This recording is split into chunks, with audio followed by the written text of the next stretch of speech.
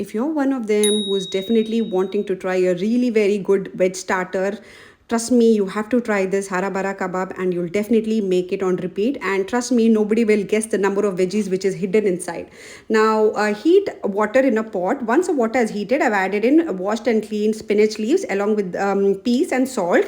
Now, please note this doesn't need to boil. Just 10 seconds of both these veggies in the water is enough. Just give it a good mix. As soon as it's 10 seconds, immediately take it off from the water, hot water, and immediately transfer it to the ice cold water.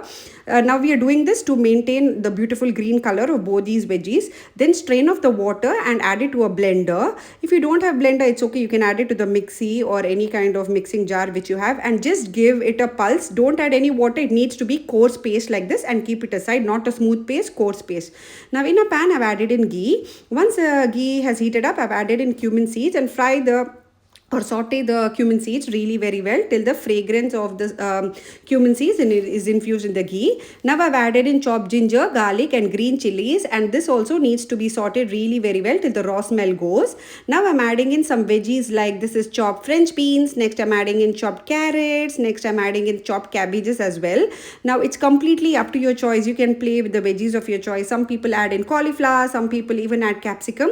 It's up to you. I had these veggies, so I'm sneaking in all these veggies. Now saute all these veggies really very well. Now what we need to aim is the water content or the moisture content of this veggies needs to be dried up. Now the veggies have dried up. I'm adding in the green paste of palak and peas which we made. Now this also need to be sauteed really very well. As I said, the water content of these veggies needs to be evaporated really very well, so that the raw smell goes. And if there's water content, then the tikkis or Hara Bhara Kabab will not turn out to be really very well. So now the water is evaporated. I'm seasoning it up with some salt and then give it a good mix.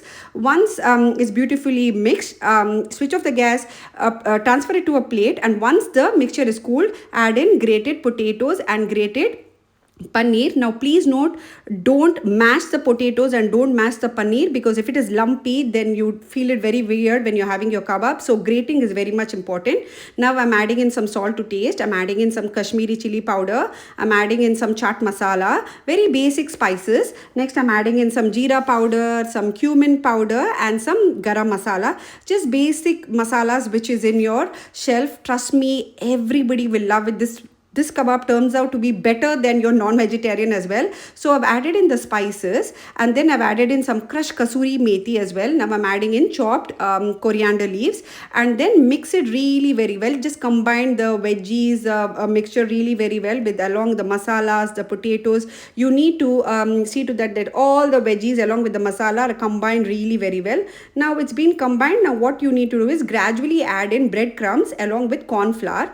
Now once you add this, just give it a good mix. If you feel if it's still wet, increase the number of breadcrumbs which you have added. Now the mixture is ready. Just grease both your hands with oil, then make round tikkis like this. And just, if you don't want, it's completely your choice. I like to put one cashews on top. It's your choice. Skip it if you don't need it. And then I'm repeating the same again just to show you once again. Just make small ball, just press it in between, just tuck in one cashew on top, and it looks nicely or presentable when you give it to anyone, or even if you are having as well, you feel good that you have done this. So repeat the same thing for all the mixture you have done. Now if you want, you can make these tikkis, keep it in the fridge and fry it whenever you want, or for your kids tiffin lunch box, or if somebody is coming in, you can do the prep and keep it aside. Now I've done this, repeated the same thing for all the tikkis. Now heat oil. Now either you can shallow fry it or deep fry it. Now I'm placing the tikkis slowly one by one on the pan, and then see to that you cook it on a medium low flame on both the sides till it's golden, nice and crispy.